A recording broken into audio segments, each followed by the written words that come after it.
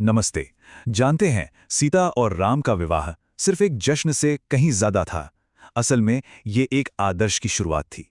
तो चलिए विवाह के बाद की उन घटनाओं को समझते हैं जहां आनंद, कर्तव्य और लीडरशिप की सबसे गहरी सीख छिपी है।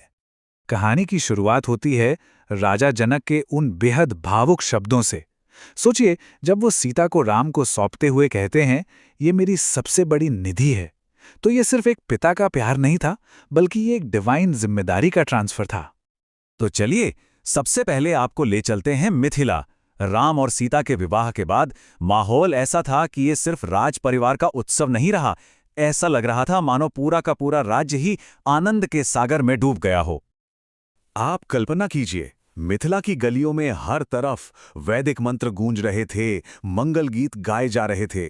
ये सिर्फ एक शादी का जश्न नहीं था, सच में ऐसा लग रहा था मानो धरती पर स्वर्ग उतर आया हो। एक बिल्कुल दिव्य आनंद का माहौल। लेकिन जैसा होता है, हर उत्सव के साथ एक मीठी सी जुदाई भी जुड़ी होती है।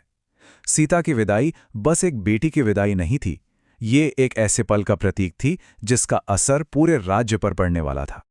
और यहाँ सीता के मन की भावनाओं को समझना बहुत दिलचस्प है। देखिए, एक तरफ तो परिवार से बिछड़ने का वो गहरा दुख था, जो किसी को भी हो सकता है, और दूसरी तरफ अपने पति के साथ धर्म के रास्ते पर चलने का एक मजबूत संकल्प था। ये एक कमाल का संतुलन था, व्यक्तिगत भावनाओं और दिव्य कर्तव्य के बीच। और ये दुख सिर्फ राज परिवार तक ही नहीं था, मिथिला की हर स्त्री की आंखों में आंसू थे। इससे पता चलता है कि सीता सिर्फ एक राजकुमारी नहीं थी, बल्कि पूरे नगर की बेटी थी।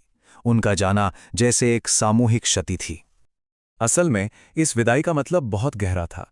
लोगों के लिए ये सिर्फ एक राजकुमारी का जाना नहीं था, ये ऐसा था मानो धरती की लक्ष्मी यानी खुशहाली और कृपा की देवी ही अपने घर से विदा ले रही हों। तो एक तरफ जहां मिथिला में विदाई का माहौल था, वहीं अयोध्या में एक जबरदस्त स्वागत की तैयारी हो रही थी। अब कहानी हमें उस राजधानी में ले जाती है जो अपने राजकुमार और नई बहू के इंतजार में उत्सव में डूबी हुई थी। अयोध्या का नजारा तो बस देखने लायक था। पूरी की पूरी नगरी दीपों की रोशनी से जगमगा रही थी। ऐसा लग रहा था मानो हर घर अपने प्यारे राजकुमार और उनकी नई दुल्हन के स्वागत में पलके बिछाए बैठा हो। उस जश्न का आनंद इतना गहरा और अलौकिक था कि लगने लगा था मानो स्वर्ग खुद धरती पर उतर आया हो। ये सिर्फ एक उत्सव नहीं, एक दिव्य अनुभव था। ये बात राम और अयोध्या की प्रजा के बीच के गहरे रिश्ते को दिखाती है। उनका शासन इतना प्यार और न्याय से भरा था कि लोगों को तो उनके दर्शन मात्र से ही एक आध्यात्मिक शांति और सुरक्षा महसूस होती थी। लेकिन ये जश्न सिर्फ एक दिन का नहीं था। राम और सीता का मिलन असल में अयोध्या के लिए एक नए युग, एक स्वर्ण युग का वादा था। चलिए समझते हैं कि वो कौन से गुण थे जिन्होंने उन्हें नेतृत्व का आदर्श बनाया। उनके आदर्श नेतृत्व का राज था उनके गुणों के संतुलन में। जहां श्री राम करुणा और मर्यादा के प्रतीक थे, वहीं माता सीता की विनम्रता और सेवा भावना उनके शासन को पूरा करती थी। दोनों ने मिलकर धर्म का एक आदर्श पेश किया। ये समझना बहुत जरूरी है कि सीता ने महल में विलासिता नहीं, बल्कि कर्तव्य और प्रेम का प्रकाश फैलाया। उनकी मौजूदगी ने राजभवन को एक मंदिर जैसा बना दिया, जो सेवा और धर्म को समर्पित था। और ये विश्वास सिर्फ प्रजा का नहीं था, प्रजा की इच्छा और राजा दशरथ का विश्वास दोनों ही चरम पर थे।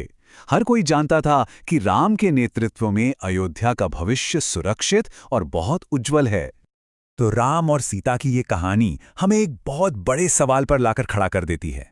हजारों साल बाद भी क्या आदर्श नेतृत्व के ये गुण आज भी उतने ही प्रासंगिक नहीं हैं? सच में एक लीडर को महान क्या बनाता है?